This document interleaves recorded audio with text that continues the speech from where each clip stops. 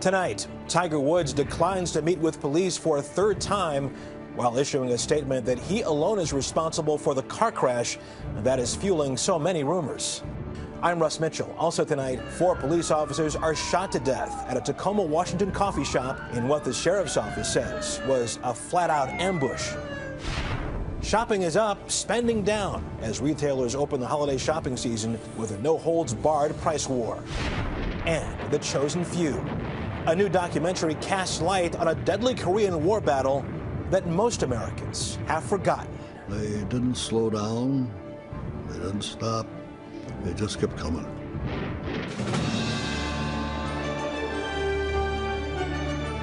This is the CBS Evening News with Russ Mitchell. And good evening. Tiger Woods may have issued a statement, but the questions remain about what exactly happened the morning he crashed his SUV outside of his Florida home. Today, the golf great blamed himself for the incident and called it a private matter. At the same time, he and his wife, for the third time, refused to be interviewed by police. Randall Pinkston is in Windermere, Florida, with the very latest. Randall, good evening. Hello, Russ. Florida law only requires Tiger Woods to produce a driver's license, proof of insurance, and proof of registration. Today, Woods did just that, but did not provide any details about the accident that's fueling rumors and some say damaging his reputation. Still in seclusion in his gated community, Tiger Woods today spoke out on his website about the now notorious car wreck outside his Florida home. The only person responsible for the accident is me, said Woods. Then, addressing published reports about a rumored argument with his wife prior to the accident, Woods said, "My wife, Elin, acted courageously when she saw I was hurt and in trouble. She was the first person to help me. Any other assertion is absolutely false." These photos from the TMZ website show Woods' SUV just after he crashed into his neighbor's tree. According to reports, his wife ran to his aid, breaking the rear window of the SUV to pull Woods from the driver's seat. The 911 call from a neighbor Friday morning was released today. What happened? What's wrong? I have my neighbor. He hit the tree, and we came out here just to see what was going on. I see him, and he's laying down. By hit a tree, do you mean it was an auto accident? Yes, there was an auto accident, yes. Today, CBS News obtained these exclusive pictures of Florida Highway Patrol investigators entering Woods' home. For 2 days, he and his wife had delayed being interviewed by authorities. And today's visit was brief. A spokesperson for the Florida Highway Patrol said Woods' attorney, Mark Nejame, had canceled the interview. The mayor of Windermere, whose police force responded first to the accident, says he understands Woods' effort to avoid the spotlight. I think he tries to keep to himself, and this is the kind of response I would expect. Public relations experts say Woods' handling of this incident amounts to a bad slice into the rough. I think, frankly, they mishandled this from the beginning by not coming clean or at least putting some doubt in some of the tabloid stories that were running around. The Florida Highway Patrol says the investigation is continuing and that charges are pending, which does not mean that there will be charges, only that it's possible. For his part, Woods says this entire incident has been very stressful for himself and his wife. He pleads with the public for understanding, saying, "I deserve some privacy, no matter how intrusive some people can be." Russ? Randall Pinkston, Windermere, Florida. Thank you very much. Also tonight, authorities in Washington state are on the lookout for a man who shot and killed 4 police officers today in what investigators describe as a targeted ambush. It happened in the town of Lakewood, just outside of Tacoma. Hattie Kaufman has the latest. Cops scrambled over the scene of an ambush, searching for the shooter of 4 police officers, 3 male, 1 female, who were killed while sitting in this suburban Tacoma coffee shop. There was no robbery and no one else in the restaurant was harmed. We do know that this wasn't targeted. This was more of an execution, walked in with the specific mind of shooting police officers. This is the second targeted police shooting in the area in the last month. Seattle police officer Timothy Brenton was killed Halloween night as he was sitting in his vehicle. Cops from throughout the area attended Brenton's funeral. Horrible disbelief. In that case, the shooter, Christopher Monfort, is also accused of firebombing 4 police cars. He's in custody. There's probably 20 cops inside right now.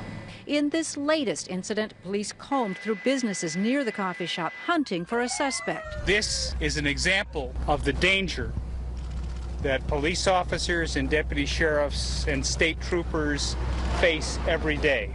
Detectives are interviewing witnesses in the coffee shop, trying to get information. We do know somebody that's armed out there and who has weapons and has already shot 4 police officers in cold blood isn't about afraid to take more of us or you or a citizen out. Police believe the gunman, described as a black male in his 20s or 30s, had an accomplice, a getaway driver. And authorities say this is a deliberate, targeted killing of police officers. Russ? Heidi Kaufman, thanks a lot.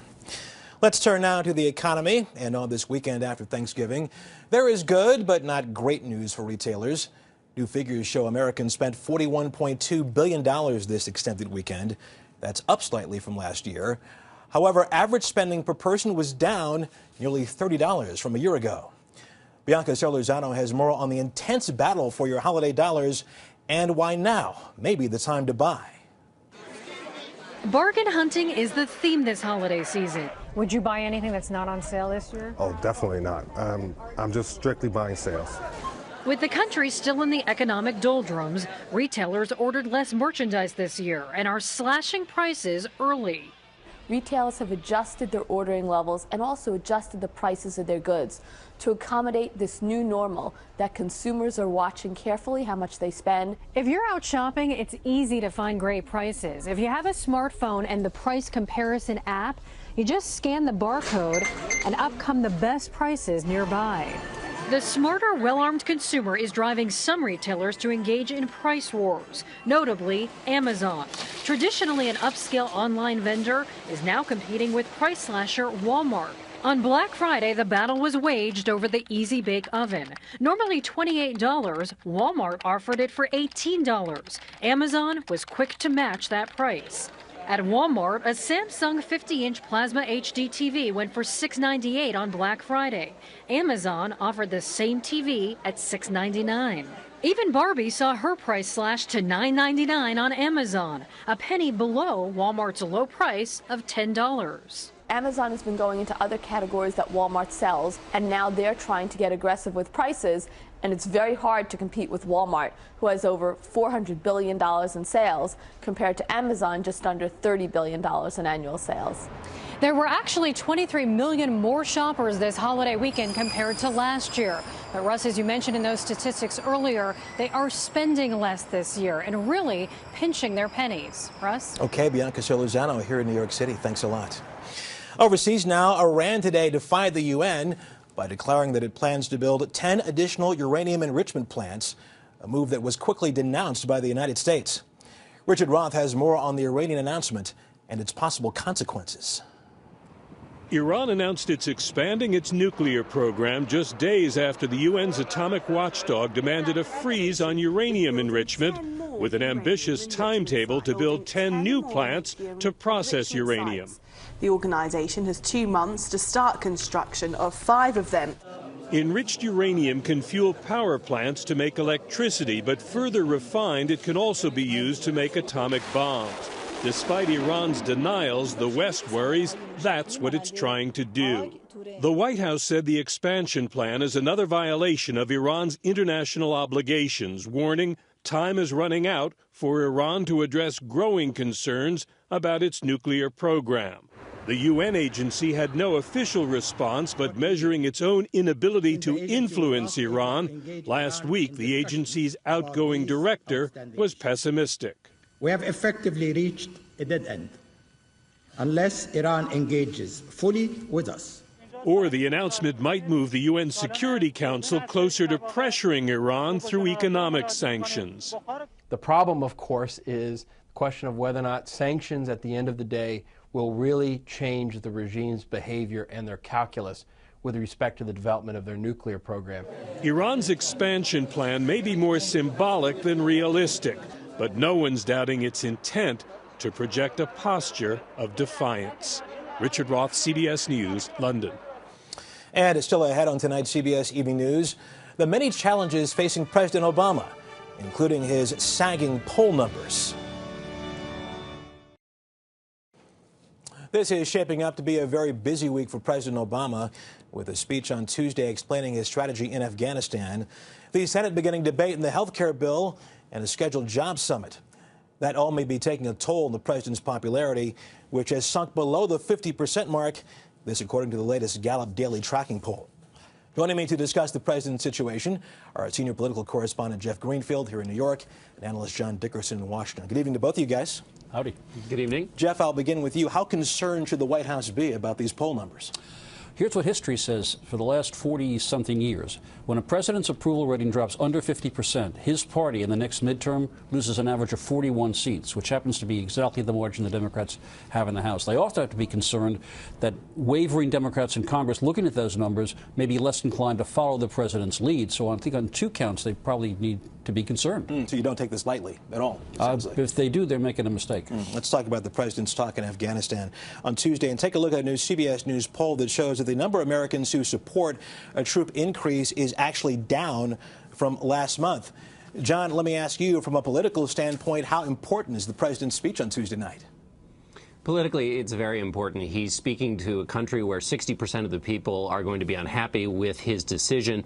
And he's also going to be trying to speak here in a way we've not heard him before give a war speech here. You know, we heard President Bush give quite a number of these. This will be a test of President Obama's ability to persuade. He'll be making a lot of specific promises about what will happen in Afghanistan, what the exit strategy looks like, and when troops can start coming home. We'll see if the American people believe any of those promises. And finally, every promise he makes will be one that they'll be judging him on in 2012. Okay, let's give a summary now of the big three ticket items on the president's agenda this week. That would be the economy, health care, and Afghanistan. John, you begin. In your mind, what should be job one for the White House? Job one politically has to be the economy. It's what people care about, and it's what they judge him on. Following that comes health care and then Afghanistan. But if you look at the things he can actually take swift action on, the order is reversed. He can make a quick move on Afghanistan. Health care is trudging along, but something will happen by the State of the Union probably next year. But the economy is intractable, it's difficult, and there aren't a lot of things the president can do. Jeff, a lot of things on the president's plate. Where should he begin? If people don't have a sense that things are getting better in the broadest possible sense by next year, by next fall, he's in really big political trouble. I think that's what's caused these numbers to go down. Everything he's done so far is about either the future or about with Afghanistan asking for tough decisions. Jeff Greenfield here in New York and John Dickerson in Washington. As always, thank you both very much. And just ahead on tonight's CBS Evening News, the federal government's home mortgage insurer at risk of running out of money itself. The government tomorrow will announce rules that pressure lenders to make mortgage payments more affordable for those at risk of default. Meanwhile, a government agency, the Federal Housing Administration, has been propping up the housing market by insuring nearly half of all new mortgages. But it's not without risk. Here's Hari Srinivasan. New York City bus driver Stephen Mitchell is 2 months behind on his mortgage payments, a mortgage guaranteed by Uncle Sam and at risk of foreclosure. It is embarrassing to be able, to lose your home. Mitchell's home loan is insured by the Federal Housing Administration, or FHA. When his brother and a friend who were helping pay the $3,200 monthly mortgage lost their jobs, making payments became tough. As long as everybody was doing a part, yeah, it could have been done. Mitchell's home is one of 5.5 million purchases or refinances currently insured by the FHA. In total, those loans are worth $696 billion. The problem is 8.5% of these loans are at least 90 days delinquent or in foreclosure proceedings. I call it FHA Insurance Armageddon. Gary Lacefield used to be an investigator for the Department of Housing and Urban Development, FHA's parent agency. I believe sometime in the next 15 to 18 months that you're going to see a major hit on the FHA insurance fund. The question is, how much of a hit? The FHA recently disclosed that future projected losses could leave it with only $4 billion in reserves. That's less than the 2% minimum Congress requires. Could it get worse? It absolutely could, and that's what we have to be prepared for. Since David Stevens took over in July, the FHA has tightened standards. We look at every institution that underwrites loans using FHA mortgages. We look at them on a monthly basis. But because loans are hard to get elsewhere, the FHA's sheer volume of loans has quadrupled in the past 3 years. There are 3,000 more FHA-authorized lenders than there were in 2006, and the FHA has fewer than 200 people to check those lenders and review loan applications. Fraud investigator Gary Lacefield is surprised certain lenders with borrower default rates as high as 20% are still doing FHA business. As of right now, these companies are still active, originating loans, which is pretty scary.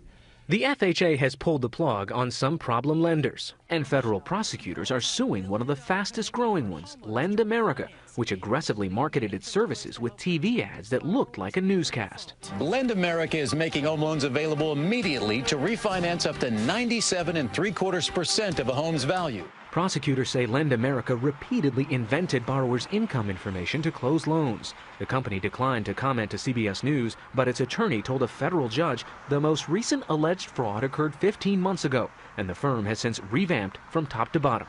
We're going to make certain that Lend America and every other lender in America behave according to the standards that we expect. If they don't, they will be out of the system. In order to stay in his FHA-insured home, Stephen Mitchell is seeking refinancing again and a lower monthly mortgage payment. I'm a fighter. I'm not going to give up. And he hopes to avoid becoming another FHA foreclosure statistic. Hari Srinivasan, CBS News, New York. Coming up on tonight's CBS Evening News, veterans of a deadly Korean War battle with a chance to tell their stories at last. Finally this evening, today marks the 59th anniversary of one of history's most brutal battles during the Korean War. U.S. Marines and soldiers took on enemy troops in the worst weather conditions imaginable. Two Marines of a later generation are making sure their courage is not forgotten. Jeff Glore has the story.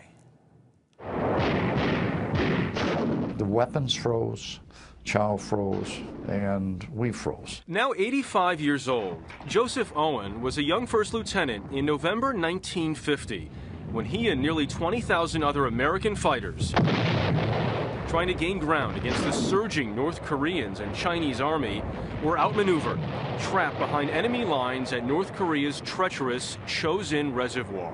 The Americans were outgunned 10-1. We were there, and, well, they weren't going to take us out because it was cold outside. There were nights as cold as literally 30 below. And on top of this, we're fighting in blizzards. The Americans had to fight their way out, battling nonstop for 14 days, killing more than 30,000 Chinese as they trekked 70 miles to safety. Along the way, rescuing 100,000 refugees. But their courageous escape came at a severe cost. More than 3,100 Americans, nearly a third of them Marines, were killed and 13,000 were wounded. Joseph Owen lost one of his closest friends. A bullet must have gone over my shoulder, and because as Joe and I were talking, there appears a dark spot right under his helmet line in his forehead, and Joe's eyes went empty, and so I just left him there in the snow. My pal. For their valor, the military awarded 17 Medals of Honor and 70 Navy Crosses. Still, few Americans know this heroic tale. If you look at high school textbooks, there's some have as little as one sentence on Korea. If you're lucky, you might get a half a page.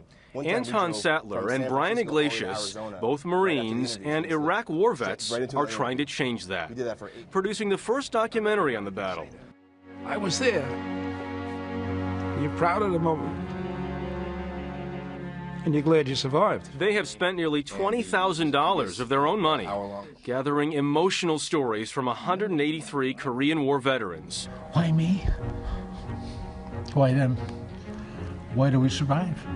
Would you say this whole experience changed your life?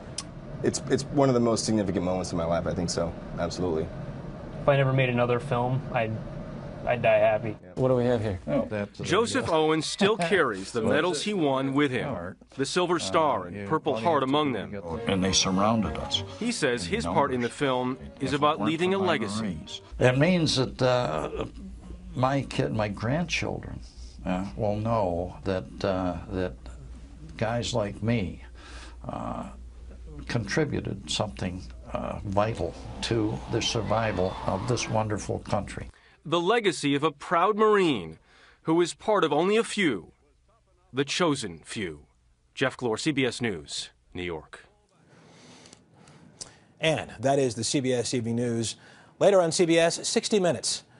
I'm Russ Mitchell in New York. Katie will be here tomorrow, and I'll see you again first thing in the morning on The Early Show. Good night.